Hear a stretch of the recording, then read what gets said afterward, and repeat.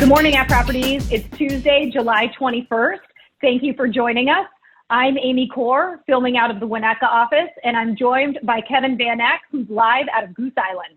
Grab a fresh mug and join us for another episode of Coffee with Amy and Kevin. Hey, good morning, Amy. Good morning, everyone. Thanks for joining us today. Yes, hopefully your coffee is full and you're ready for a great session, a great episode with one of our super impressive brokers out of the Barrington office. But first, I want to remind and encourage you to sign up for tomorrow's Ninja Accelerator session. We're going to be talking about Ninja Facebook principles and really a focus on generating and fostering relationships by using Facebook. It's more of a pull mentality than a push mentality, and I think you're really going to get something out of it. So make sure you sign up for it in the Agent app. It's tomorrow morning at 9:30. Karma and I will be hosting, so hope you can join. I'm so excited to have Tara Kelleher joining us from our Barrington office. Tara is quite a force. She's been selling real estate since 2007, a year where getting into the business was a big challenge. So as she was faced with the challenges of COVID-19, Tara knew that she just needed to stay focused and do all the things necessary to keep her business moving forward. So Tara, welcome and thank you for joining us. Thank you, Amy and Kevin. It's just a thrill to be here. I appreciate the opportunity to meet with you and talk to you and share some of my story and see how I can help others and get with you on our little coffee talk. Yes, I love it. I mean, this has been so helpful for so many brokers, and we always appreciate any broker and you now today for really spending the time with us. So you are super impressive. I know a lot about your story, and I know that you've continued to build your business year over year, all while balancing being a mom of 4 great girls. So I really want to know, being a mom of 2 girls, how do you manage your time? Well, easy to say, hard to do. But as you know, anybody who has more than one job has to prioritize. And I think of this all the time because, you know, family has to always come first, but a job is important and critical, and time is always of the essence for us.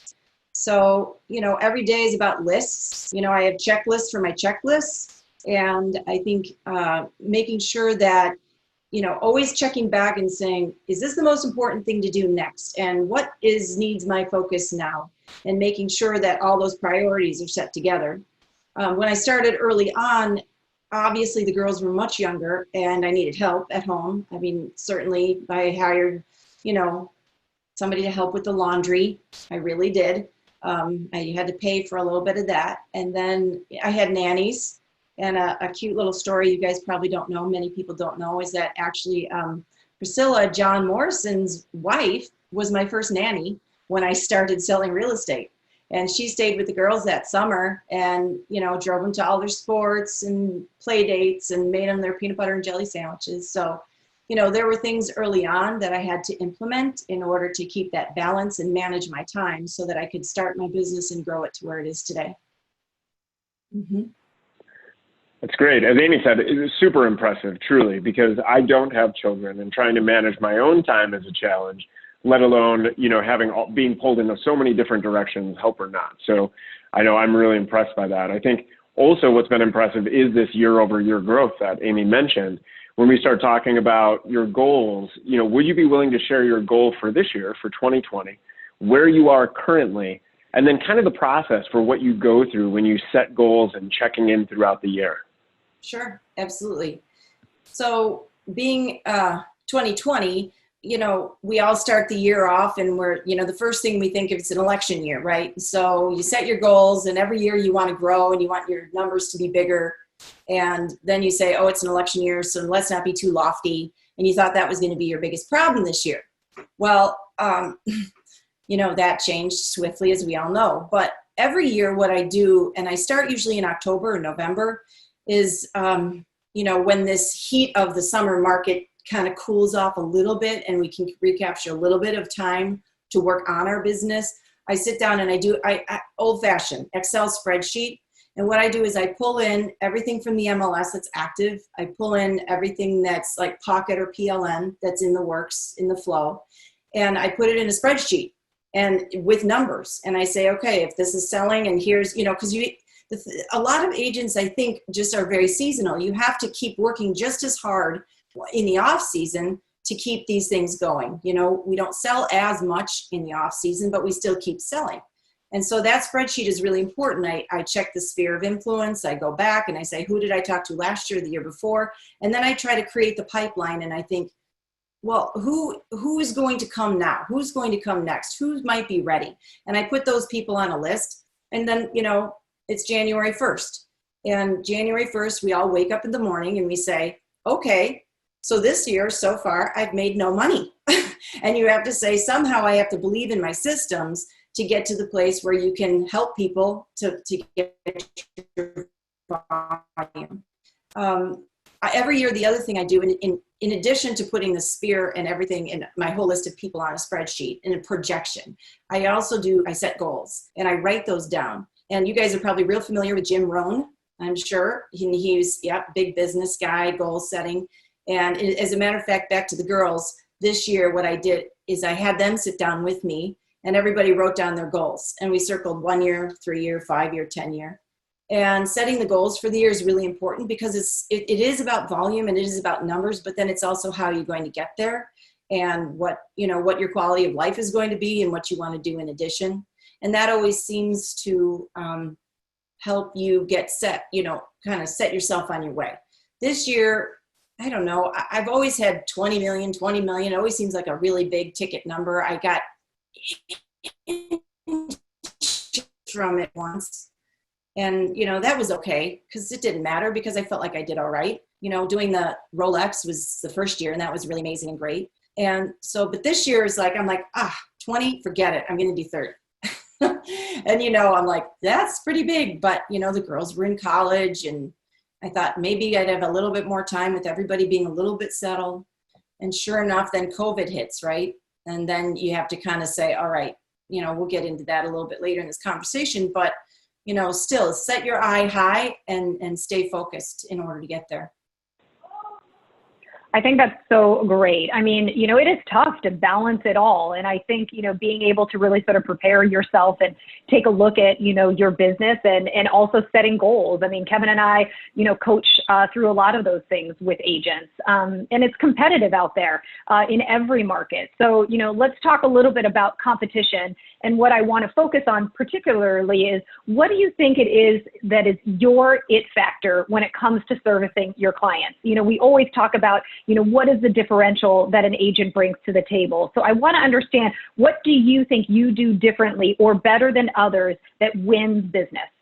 Right. So what's my value proposition? And you got it. It's huge. And, even harder when you're doing a Zoom meeting or a phone call to meet people for the first time to explain that, because you don't get the eye contact and the body, in the same room thing. But, a few years ago, I sat down and tried to write out a business plan and really kind of get it out of my head and my thoughts onto paper, and to be able to explain what is it about Tara Kelleher and now the Tara Kelleher team that makes us different. Because there's so many choices, and as you know, there's a lot of us at our properties, and we all work as independent contractors, and it's important to be able to say, how am I different? We bring the black book, we bring all of the tools, but how do we make it different? So one thing that I would say that I do that's a little bit different than everybody else, I think, is we have a system where we engage the sellers, let's just say on a listing appointment, and we ask them to help us because we want them to be part of the team. And so I was a teacher, and out of that, I used to give homework, and my sellers get homework, and I call it my seller homework. And that's my introduction to my past, and we sit down and talk about it. They laugh a little, and I actually make them fill out like 7 pages of information about their house. And so I tell them what I really like to do is I like to front end questions. You know what it's like when you're out showing and somebody says, how old is the roof? What age is the furnace? And what I say to the sellers is, we're going to do the beef of that, the meat of that now. And then we take that packet of information, we turn it into a marketing, so that we have something more. The brochures that we do are beautiful. The floor plans, everything about it, the maps, all of that's great. But then I want to know, what is so unique about your home? And then we package that together for all of our sellers so that when the buyers come through with their agents, a lot of agents aren't familiar with the house. And so what we like to do is prepare for that. I also do a lot of in-house staging. I don't have a warehouse of things to pull from, but there's nothing like a white fluffy towel and a white coverlet and beautiful plants. We bring those in, and the green apples. In fact, you'll look at my pictures and you'll see the white bowl with green apples. And I've had people actually call me out on it and say, we saw that. We looked at all your listings. Are we going to get the white bowl with the green apples? And it's just cute, right? So just something different. The other thing too, I would say that's really important, you want to be able to bring it. You want your market knowledge, your sales experience, you want all of that. And what I tell my sellers when I sit down or when I'm trying to win the listing is that really this is about relationships.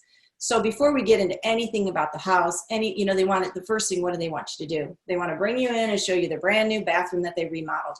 And I said, the first thing we need to do is sit down at this table and we need to talk, because this is about your goals. And if you can articulate your goals to me, then I can help you get there.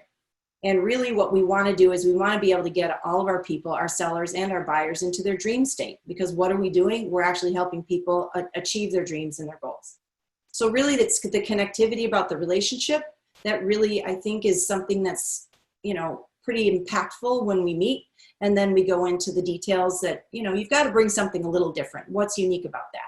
And I have a great team, and we do that. We bring it in, we get everybody together, we get everybody rolling, and everybody feels like they've been well serviced. I think that's the most important part.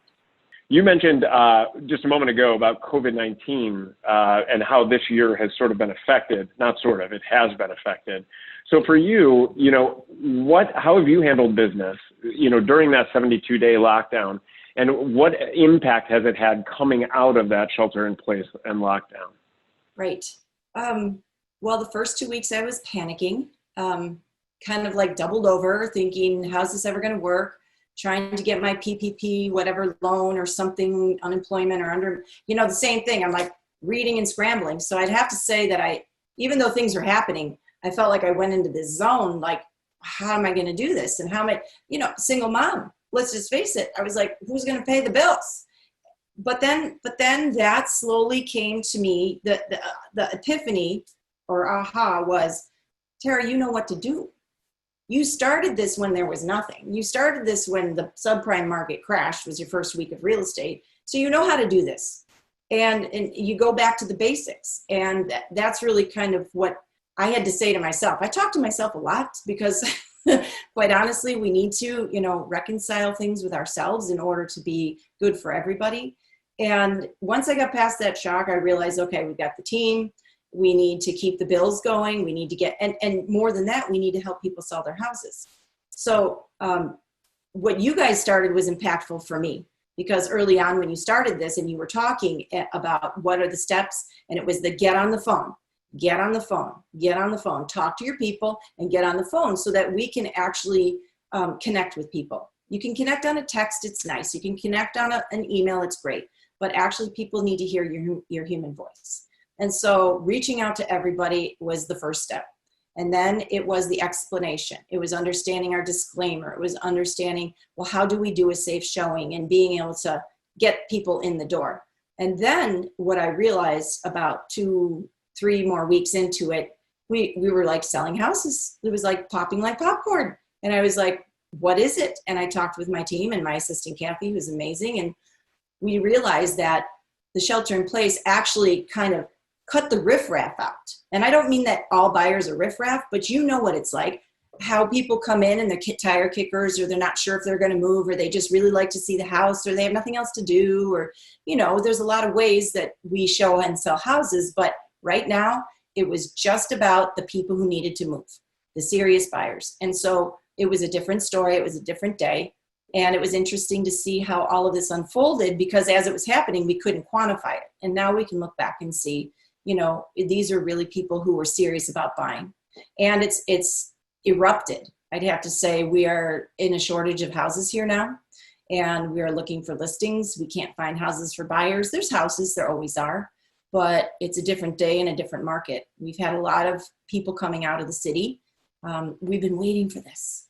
It has, unfortunately, I'm not minimizing COVID for that, but it's been a long time for the pent up demand here. And I'd say it's an interesting story, and it's interesting to watch it continue to unfold. So the panic is over, but we still have to stay in touch with our people, and we need to be able to get them to the finish line on both ends of the deal. Yeah, I think it's amazing because I think everybody went into panic mode, right? That first week when we went into shelter in place. And then, you know, to your point, it was really back to basics. And I like how you said, you know, it wasn't just for yourself, but, you know, for your team. So I wanted to kind of roll into a question in relation to that, because so many of our brokers start out on their own and at some point in time decide once they hit a certain level, I might want to scale and start bringing people on. So I want to ask you, when did you decide it was the right time to start a team? And can you share with us a little bit about how you've structured your team? Sure. Yeah. So I think from the very beginning, I always knew that I'd want to do this, that having the team would be an impactful way for me to scale, like you said. And there's only so many hours in the day. And, you know, we stretch ourselves and, you know, we want to do the best we can and live our best lives. But ultimately, the clock is, we're bound by the clock. And so as I grew in the business, and I was able to get a part-time assistant early on, and then full-time assistant, and then it got to be too much. And, you know that missed opportunity, or that, you know, I didn't get back to you fast enough feeling of, you know, like, oh shoot, that's really not me. That's not how I run. But it was too much. So I can say that all things that are happening now are, you know, yes, it's what I do and it's what I believe in and how I care about people. But At Properties has been phenomenal. Thad called me when we were opening the Barrington office and had me out for lunch. And I'm sure it's the same little restaurant he met all the other people at, but for whatever reason that day, I felt so special. And, you know, coming out from Barrington, it was like, you know, I'm going to the city, and I go to the city a lot, but, you know, then it was like a big deal. And so we sat and had lunch, and he said, Tara, you know, he went over, he brought the black bag, and he was doing what I do with my clients to list their houses. He was listing me, or enlisting. And so when we were talking, he was really sincere about, and this is going back to the team question, is that he said, we can help you get there. He said, you just have to trust me. He goes, and you know what, I say that to my clients now, because you really do have to trust. And he said that. He goes, we have the tools and we have everything you need here, and we will help you get there. And, you know, it's what you put into anything, but certainly what he said and what he's done and what you all have done has been an integral part of it. When I think about my team and how it's different with the business plan that I've put together, because there's all sorts of ways to do teams. You know, I studied some different teams online and in books and things like that. And there's lots of good structure out there, but ultimately, you know, the word integrity is hard to come by.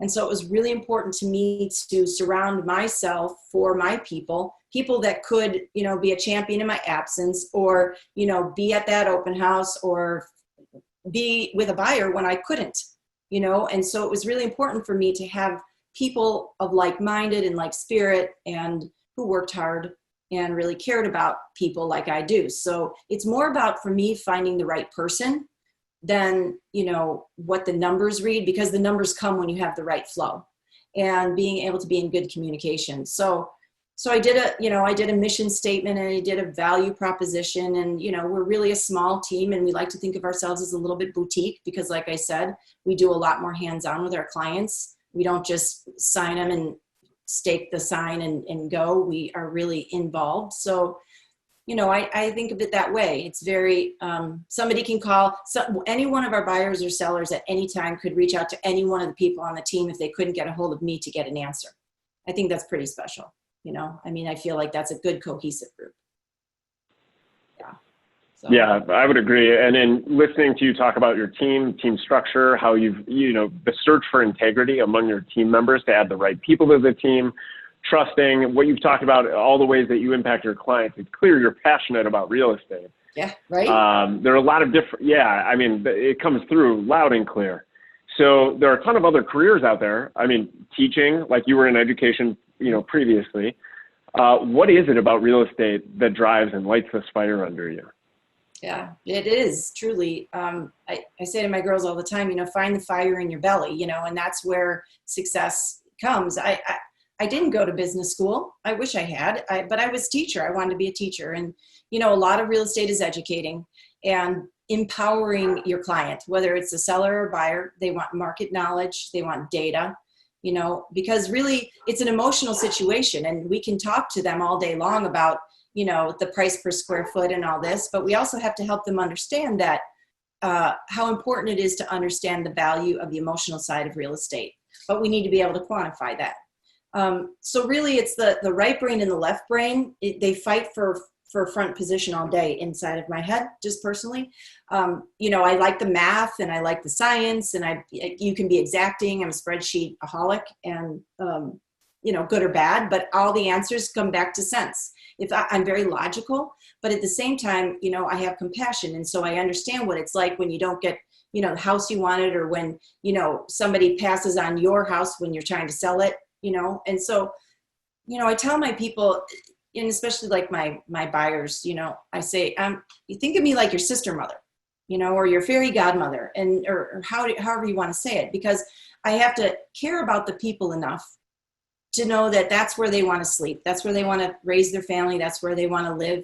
And when people feel like you care as much as a family member, then that's when you can build the trust to get them to where they need to be, because a lot of times buyers don't know. So it's really about educating and relationships all day long. You know, when you have the relationship with the people, and that's where the trust comes in. And so I'd say, you know, I mean, I love interior design. I love interior decorating. I suppose if I were ever to leave this business, I would go into something like that, where I could, you know, I love another service that we do is we help people pick paint colors. I mean, my best EDDM ever, I was going to bring it to show, was Tara's favorite white paint colors.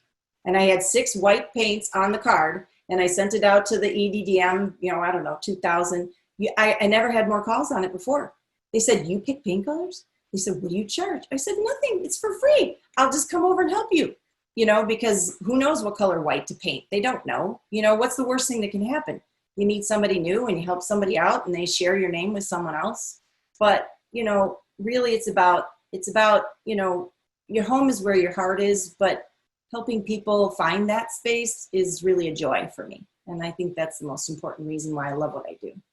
I mean, I think it's why so many of us got into the business, if you really think about it. I mean, I was in corporate America before, and it was like, you know, once I really started working in real estate, it wasn't even so much work anymore, because you're really helping people with stuff that's so personal, and it's super rewarding.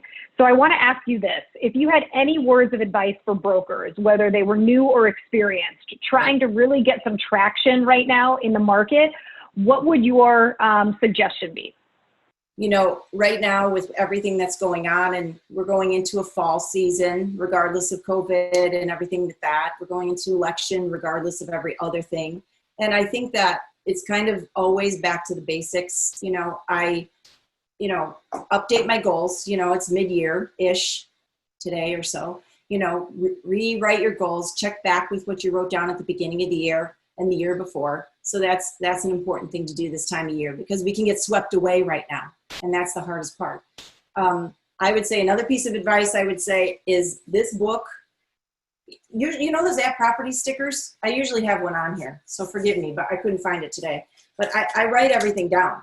Like I'm a doodler, I'm a scribbler, and when I talk to people, I write things down and I take notes, and then I have reference points for everything I do. So it's easy to keep it up here because we're all really smart, but to be able to go back to it and get all of your thoughts down. So get a book. It's as simple as a spiral. Use your CRM. The follow-up, what has happened with the adjustment with the App Properties CRM has been phenomenal, and the setting ticklers and following up with people. And, you know, I mean, anybody can sit here and say, write your notes and call your people, but honestly, it's real. It is real. Social media has been huge. I'd say doing those ads, little ads, you can get a real big bang for your buck on the social media ads. I've always been in the Barrington Country magazine. I think that's really important. I love the partnership that we have with them. John's here, he's local in Barrington, so that's kind of fun. I've known him for a long time, and so my ad's in there and people see your face. So you can't, even though we're amidst a crisis, you have to still do what you know that works, and you can't be afraid that that's going to put you over. It's actually going to put you above. I think that also because everybody is in such a crisis mode and everybody's so one way or the other, and there's just a lot of acrimony in some ways, and there's a lot of fear, that we can help people with their fear and by telling them truths and being honest. And I think it's really important that we continue ourselves living in joy as much as we can, right? Because we can do it, we can say it, and sometimes it's hard and off camera, we have our moments, but when we're in front of our clients, I think living in joy and being in joy is what brings them back to center, and I think that's what people really want. They just want to be cared about. And so for me, it's about that. It's about knowing. You're going to like this, Kevin. Can you see my phone screen saver? Know your why. I've had that on there for 3 years. And every day I look at it and I say, what's my why? It might be in the minute, it might be in the hour, it might be in the week, but I always have to know what is my why. And of course, it changes all the time, but for me, that's the best advice, is know your why, know what you're doing, and be confident in it, be smart, take some notes, research, and don't be afraid to say you're sorry if you made a mistake. We all are human, and people just want to know that you are relatable and that you care. Tara, thank you so much for joining us. I know this is the short episode of coffee is going to be so valuable. And I know you're going to inspire a ton of people just with what you've said today in this short amount of time. So I know that if we were to talk for the next 4 hours, it would continue, just feeling your passion. I know we're excited to see how this year ends up for you. And I know you'll continue to grow, based on everything you've shared. So thank you, Tara. Well, thank you. And thank you for always being, I know one thing about At Properties is that our relationships with each other are critical. They're so important. And it's not like any other place that I've ever been. Where we can know each other. And that's one thing about it's like a family, we're growing together, but knowing that somebody from the Bucktown office can call, or somebody from Hinsdale, or somebody from, Evanston, I'm doing a deal with anybody, and we immediately have that connectivity, and that's because of you guys and Thad and Mike and the whole team behind it. So thank you too, very much. Well, thank you, because it is agents like you and so many out there that, just make it the culture that, I think Mike and Thad intended it to be when they started back in 2000. So thanks, Tara. We really appreciate your time. Thank you, guys. Cheers. Cheers. And yes, everybody watching, thank you for, I can't find coffee, my mug. Cheers. I left it. It's outside. I left it outside. It's ready to go. Ready for cream. Ready to go. I'm just empty-handed right now. I love you. Well, thanks everyone. Thanks everyone for joining us. Remember to register for the Ninja session tomorrow morning, 9:30 a.m. And again, we're going to be talking about Ninja Facebook principles, really focusing on relationships through social media. So everyone have a wonderful day. Fill up your coffee one more time. Amy, grab your coffee, and we'll be set for the rest of a great Tuesday. Thank you. Bye, guys. Bye.